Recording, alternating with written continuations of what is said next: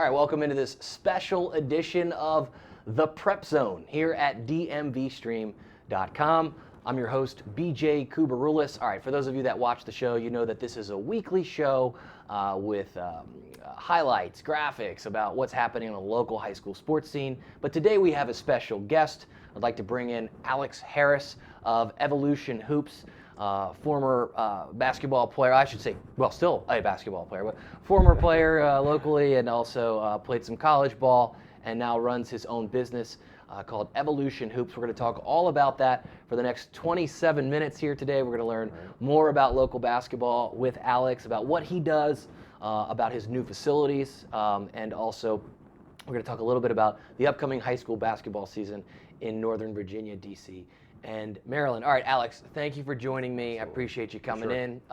You know, all the people at home watching, you know, they want to know, what is Evolution Hoops? Let's start there. What is Evolution Hoops? Evolution basketball training is basically, you know, we're player development. We do the player development side of things. It's, you know, there's a lot of teams out there, whether it be AAU, high school, anything in between, you know, and we do everything else. Right. You know, we do the basketball skills, the basketball strength and conditioning aspects. Basically everything but teams. You know, we like to be kind of the almost, I don't want to say behind the scenes, but you know, I love getting on the court with the kids, developing them as basketball players, and then enjoying getting to go watch them play their games. Let the coaches coach, let the players play, and celebrate after the game.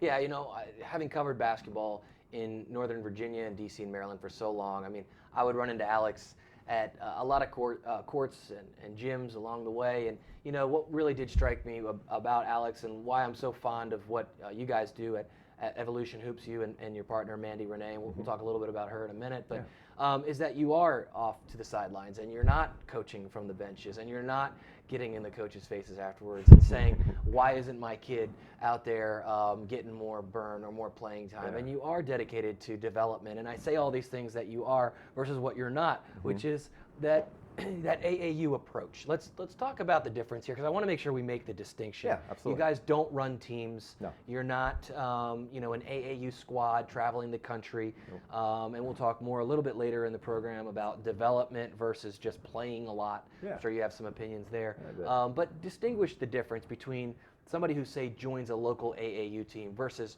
a kid who maybe joins Evolution basketball. Yeah, I mean, almost all the kids that train with us, I shouldn't say almost all, but a lot of the higher level kids that train with us also play on an AAU team, and there's definitely a distinct difference, just in the sense that, you know, when you're working with a team, most of the time, and every team's different, every coach is different, but most of the time, you know, the focus is more on the development of the team, the development of, you know, running the plays, you know, making sure the team is running as a cohesive unit.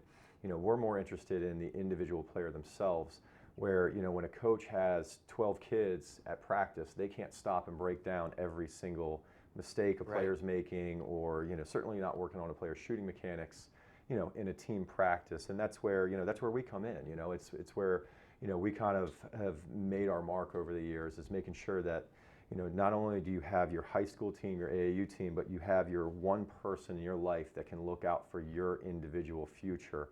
You know, and I think that's very important. Right. I think there's different approaches to what we do, and in the world that we live in, you know, kind of the whole kind of trainer thing. Right. You know, I almost don't even like the term trainer anymore. I love the term player development. Right. Because to me, it's a little bit more of a pure sense of what we do, you know, and because if you're working with a, quote, individual, and you know, you're looking out just for that individual's needs, not the team's needs, you can get into some trouble. Yeah. And that's something that we've really stayed away from, and where, you know, you mentioned a minute ago is, you know, about coaches, and if a kid's not getting enough playing time, you know, I want to find out not why do we go to the coach, I want to find out why is that kid not playing, and what can he do to overcome that and earn more playing time rather than beg for more playing time. All right, so obviously in this day and age, everything is scholarship driven, you know, and I'm sure that in the local media, in the age groups that we deal with, you know, the youth athletics and high schools, it's, you know, kids chasing scholarships, parents pushing kids to chase scholarships, and not all of that is true. Some kids just come to you because they like basketball and want to learn more about it. But in this day and age, let's say I'm a parent, I've got a 10-year-old kid. What do they get when they come to Evolution, and how do they start, and what do they do when they first start? We have pretty, not a very restrictive, but it's a tiered approach. You know, we know what each player needs to develop. We know what kids need at the youngest age. You know, if you're in the 4th grade, you need this, and if you're in the 5th grade, you need that. And you know, it's not necessarily by grade, but it's by level and ability. You know, some kids are more advanced at a younger age, and they need to work out with older kids. You know, we're going to talk about some of the players that we've had over the years that have trained with us, and a lot of those kids, you know, we ended up having to train with older kids because they were advanced at a young age. But you know, just teaching the younger kids the basics, and then as they get older, building on that. You know, we always tell the kids and the parents, it very much is a building blocks approach. You know, start at the bottom and build your way up. So you've had, speaking of build your way up, I mean, you know, there's a story that will run with this video. Actually, if you're watching us at DMVSTREAM.COM and you're online, just go right below this video. You'll see a story written by our recruiting blogger, Josh Apple, who got a chance to interview Alex and some of the former players and others connected with Evolution Basketball, and really talks about the development, the evolution, so to speak, of your business. Let's talk a little bit about that. You know, your background as a player. We'll get back into a little bit more later about what you guys do for players and athletes now, but how did you get here? How did I get here? Yeah. It's more than a 27-minute conversation. Right. Okay. No, but the short and sweet is you know, I mean, I grew up locally, really right down the street from where we are here in the studio in Burke, Virginia, and as did my business partner, Mandy Ronay. You know, she and I actually both went to Robinson for middle school at the same time, and she stayed at Robinson and had an extremely successful career there, 2 state championships, and you know, all met her senior year. Might have been her junior year too, but I need to check on that. You know, and I actually played at Gonzaga High School down in DC. They play a little basketball over there. We do. We played some ball down there. We've had some pretty good teams over the years, and so you know, from there went on to college. Played my first 2 years at American University, and then finished up my last 2 years playing at Lemoyne College up in Syracuse. And I tried to do the teaching and coaching thing right out of college, and I realized that really quickly I love teaching, but I want to teach something that I love. Right. And that's what I'm able to do with this. And I was very fortunate to, at a very early age, pinpoint what I truly love in life, and not just the game of basketball, but the part of the game of basketball that I love the most. And to me, I was pretty lucky to be able to do that at an early age and be able to pour myself into it. And I'm actually 13 years that I've been doing this full time now, so it makes me feel like the old man. It's pretty awesome to watch somebody grow something. I'm a small business owner myself, and just to see your development over the years has been awesome. I know we've been in contact for so many years, and just your growth has been great. We're going to talk a lot about that when we come back from this short break in just a moment. You know, we've got a production crew at DMVSTREAM.COM. We do local high school athletics, as you know, streaming a lot of games with local colleges and universities. Here's a behind-the-scenes look at our crew in action on a sports shoot. All right, so today we're at the Bob Carpenter Center at the University of Delaware. We're here on behalf of the National Federation of High School Sports. We are live broadcasting the boys and girls varsity basketball state championships for the DIAA, which is basically the state of Delaware. I want to give you a quick behind-the-scenes look at how we're doing the broadcast for the NFHS network. All right, so follow me. We'll start backwards here, but if you imagine the stats going to the talent come from the in-house feed from the University of Delaware statisticians. So we send that to a monitor for our talent to see it. I will be here monitoring the stream during the broadcast here on the NFHS Network's website portal to make sure and make sure that everything is correct during the broadcast. I'll be seeing what the viewers see at home. Over here, we'll have our graphics coordinator. He'll be operating our graphics. He's sending scores, the clock, team names, timeouts, fouls, and everything across our network over here to our TriCaster. Now the TriCaster is taking in all 4 camera angles, our audio, and a monitor for our director. Our director will be sitting here at this station. Come on over this way and I'll give you a quick look. You can see he'll be taking in 4 camera angles. So this is where the talent sits. As you see the guys setting up now, you see the cameras kind of moving and in place. We have a wide shot here and 2 cameras, one underneath each basket. Here's the live clock that I told you that was coming from the graphics coordinator's computer and being brought across the network to the TriCaster so the director can integrate that into the show. That takes the control away from the director so he doesn't have to worry about things like updating the clock and the score. He can focus simply on the camera angles. And the graphics coordinator is sending that information across the network, and our director is weaving it into the broadcast. Here is our monitor for our talent. Our play-by-play and color analyst will be sitting right here at this table, and they will see exactly the show that we're producing and also what the people at home are seeing on their mobile device or computer or tablet. This is the stats I was talking about earlier. We send them from the computer, from Delaware's in-house network, so our talent can see the leading scores, other things like that, field goal percentages, anything you would imagine off of a stat monitor. Underneath the basket, you see one of our camera operators there across the way. There'll be another guy on the other side, and then up top, we'll have a camera operator during the broadcast doing the live shot. We've done a couple of other cool things here today. We've mounted some audio units to the backboards to get things like when guys slam or dunk the ball, we can get that nice sound. We can pick up conversations off the baseline or even upwards to the midcourt. So it's a in-depth setup for a varsity basketball state championship, but the NFHS network is a new relationship for us, and we're excited about the product we're able to offer them. If you want to find out more about Synthesis Multimedia Productions, you can find us at synthesismp.com. Check out the blog for behind-the-scenes videos and more information about how to contact us. All right, a great look back at our coverage of the Delaware Interscholastic Athletic Association Championships for the National Federation of High School Sports. Speaking of basketball and championships, I've got Alex Harris joining me today in studio from Evolution Basketball. It's a developmental program for youth, high school, all kinds of local basketball products.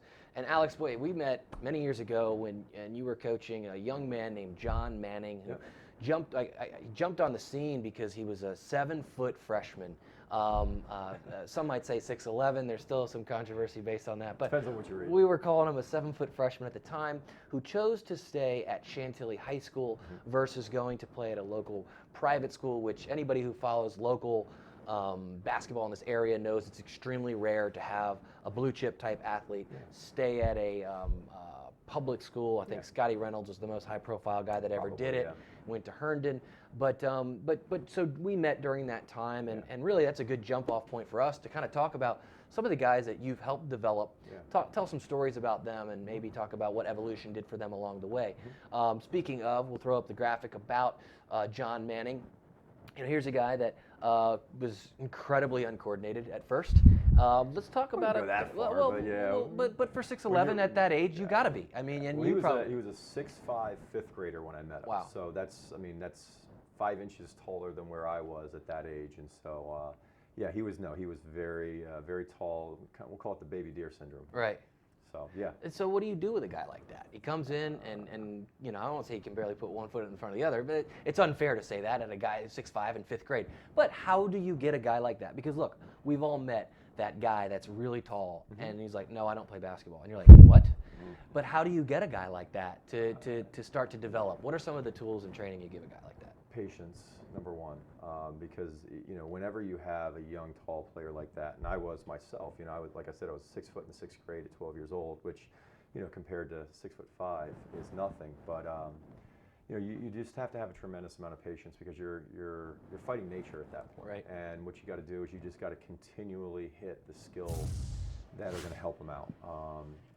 And you know, if you continually hit those basics, when he starts to grow into his body, then at that point, all those skills take off. And you know, I mean, he's a kid who, you know, I got early enough that I was able to put all those fundamentals into place early on. So when he did grow into his body, everything was already there. Everything was already in place, and it really took off for him, which was a lot of fun to see. You're seeing some highlights here from John Manning's junior and senior years at Chantilly. I mean, the amount of inside presence that he gave them, and you know, just watching him develop from the time he was a freshman to the time he was a senior was impressive, and it really, I think, spoke volumes about your training program. What I think was, you know, really great was just that, you know, you were able to look at a guy like him and, you know, put him in a position to succeed just early on, you know, and then he takes this this training you've given him, and then he develops into a guy that's a Division I basketball player. Yeah, oh, absolutely. I mean, he had, when you talk about the life of a college basketball player, you know, most guys don't even get to go to the NCAA tournament once. He went 3 times. You know, they won, I think 3. Yeah, they did. They won the first round game, and then went into the second round all 3 years, and you know, had a heck of an experience doing it. And you know, I'd say probably that junior year where, you know, they came back from 19 down and beat NC State. Right. He made some big plays down the line. Was, you know, that could have been his kind of almost career highlight right there. You know, making some huge plays, huge rebounds, huge blocks, some great finishes around the rim. You know, in a 19-point comeback in the NCAA tournament, you know, on national TV. You know, it doesn't get a whole lot cooler than that when you start to think about, you know, where it all began, you know, in a dirty little warehouse in Fairfax, you know, with a 10-year-old, you know, blonde-haired kid. Right. Yeah. And I'm sure you've got a lot of stories about a lot of other local guys. Another one being John Schoof. You know, this is the guy who came to you, I think was probably, I want to say he had parents that were both coaches, if I'm correct. And so, you know, had some probably ability or was a coach's kid already. But boy, what he turned into and blossomed into was probably the story of an overachiever, I would say, at the height that he had. But wow, what he developed into, I was impressed with. Absolutely, absolutely. Well, John Manning and John Schoof actually started training with us the same time. It was the fall of their 5th grade year, so as 10-year-olds, and so getting to see them both progress over the years has been really something cool, and something that's been a lot of fun to watch. But you know, the great part about John Schoof is that, you know, everybody, what they remember is the recent memories. What they don't remember is when he was in the 5th grade and 6th grade, and he wouldn't even get into his youth league games because he was the last guy off the bench. Right. He got in when they were 20 down or 20 up, and if he scored, you know, people were cheering like it was Rudy. Right. So, you know, he had that, but he just kept working, and had an amazing career both at Woodson and at American University. I mean, 4-year starter. Literally the only games John didn't start at his career was the senior night games when he wasn't a senior. Wow. Started every other game, played every other game, 1,000-point scorer, team captain. Really an impressive kid, and very proud of him. Seeing some highlights here of John Schoof. Let's talk about some other athletes. I think our director's got some more graphics he's going to toss our way. And you know, you develop kids that are recognizable, that are big names. But I think what also sets you guys apart is that you guys develop kids that maybe not everybody's heard of right away, but they bust on the scene. And then you've got guys at the Division III through 1 level that do make it to college. I think, you know, Sam Miller is a kid, you know, who knows, but what a good find he turned out to be, right? I'd say so, yeah. You know, Sam's a kid who started training with us as a 7th grader, and you know, he's a kid who actually, so when he was in the 8th grade, he didn't even make the A team for his Arlington travel. He got cut and put on the B team, and you know, long story short, you know, kid ends up as you know, 1st team All WCAC. You know, wins the WCAC championship against DeMatha, scoring, you know, team high of 19, I believe. Wow. And you know, so he had a heck of a career there at Gonzaga, and you know, has a chance to play a lot of minutes this year as a freshman at Dayton. Awesome. So it's going to be a fun ride for him. And you know, I always like to joke and tell everybody about Sam that I actually told his father not to send him to Gonzaga. Even as an alum, I told him not to send him because I was afraid he would never play. Right. And I didn't think at that point he was going to be good enough. And so his dad was very adamant about it and wanted him to, you know, go to the school. And you know, fortunately for Sam, he grew 5 inches in a year. Sure. And got pretty athletic pretty quick. And so sometimes nature takes care of us. 5 more inches, growing to 6'9" will put you in Steve Turner's good graces. Yes, I will. promise you that. It helps out. All right, we're going to come right back after these messages. We're going to continue our stroll down memory lane with Alex Harris of Evolution Basketball. Welcome back to Hyattsville for the Saturday finale of the National High School Hoops Festival as DeMatha welcomes in Chaminade. I'm Jeremy Hubert, joined by Junior Burrow, and again, we've got ourselves what should be a very good game, Junior, as you look at DeMatha and their storied tradition versus Chaminade and the #1 junior recruit in the nation, Jason Tatum. I tell you what, it's been a long day for us, right? We've been here all day. these are the kind of matchups you want. You have DJ Harvey on one end, you have Jason Tatum on the other end. I mean, you have everything you want. You have dynamic wing players again. Come back and critique games and stuff that we're going to be doing today.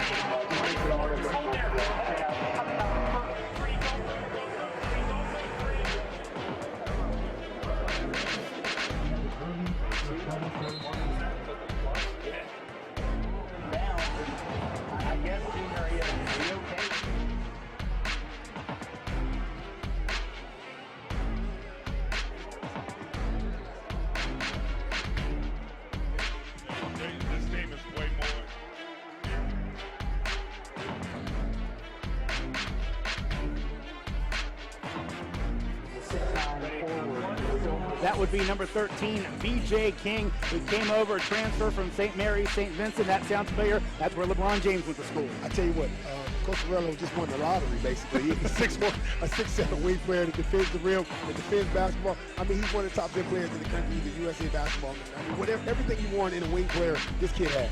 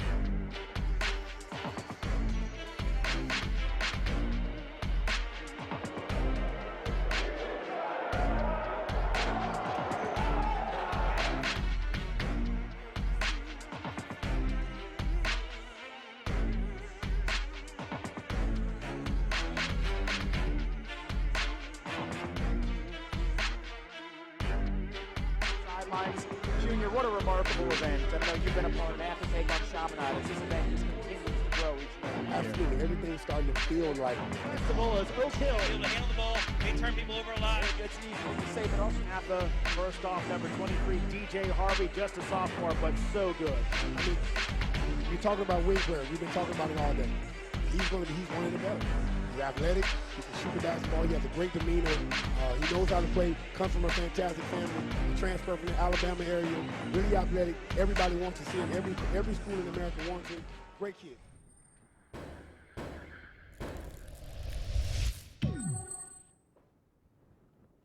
All right, we're back here on this special edition of the Prep Zone. I'm BJ Koubaroulis. I'm joined in studio here in the DMVSTREAM.COM studios by our friend Alex Harris of Evolution Basketball. We've been taking a stroll down memory lane, talking about some of his former athletes that he helped develop. We're going to continue that stroll down memory lane here with Kelly Koshuta, forward at Virginia Tech, All-Met Player of the Year in 2014, Alex. So, wow, to see one of yours wear that banner of All-Met Player of the Year certainly can't hurt business. No, it's very cool, and and she deserves it. I mean, kid worked hard for many years. She's another kid like all the others that we've mentioned that started training with us in elementary school and just developed over the years and did it the right way and worked hard and she put in her time. She put in her time and gave that extra effort that really propelled her to where she was, is today, down at Virginia Tech. And, I mean, obviously, the All-Met Player of the Year is kind of a,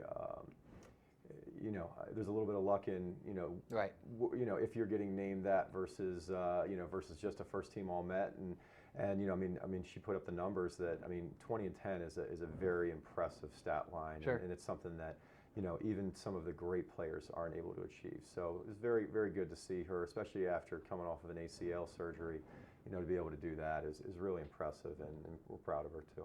One more athlete we want to feature here before we talk a little bit more about your new facility, which I'm really excited to talk about here. Our director Nick's got some graphics to put forward, but I wanted to make sure that we talked about April Robinson because boy, what a player she was, man. I just remember the tenacity she showed on the court, and now at Duquesne. How did she come to you? And by the time she left, certainly no easy feat to play for my boy Billy Gibson, and I can say that because we're basically family at this point, me and Billy. But the point is, what a player. Yeah, she's about as tough as you can get, and Just a hard-nosed kid that just was always working. And obviously I have a great relationship with Billy as well, like yourself. Sure. And so through that relationship with Billy, I was able to work with April, and it was a pleasure seeing her, through the years. And girls basketball is a little bit different because a lot of times you do get the girls that are fortunate enough to step in as freshmen and start playing right away and playing big minutes, if not starting at the varsity level. So to get to see her, from her freshman year through her senior year, play significant minutes for West Springfield and be a big part of their victories for 4 years is really cool. And that's where it kind of is a little bit different when in the boys game versus the girls game. And in the girls game, you can see someone like herself who played a big role as a freshman, but she had to refine her role. Right. Whereas a lot of times in the guys game, you have to kind of wait your turn to play that big role. Yeah. So for her, it was cool watching her through the years, and she's had an amazing career at Duquesne as well, where she's really helped that program be relevant for 4 years now. All right, so we've talked about a lot of your players that have come through your program and how they've developed and where they are now. Of course, people are going to want to learn how to get in touch with Evolution and how to get that training. But some exciting news that you've got is that you guys are launching a new facility here. Absolutely. We've been watching you grow it, and you've got now this will be your second.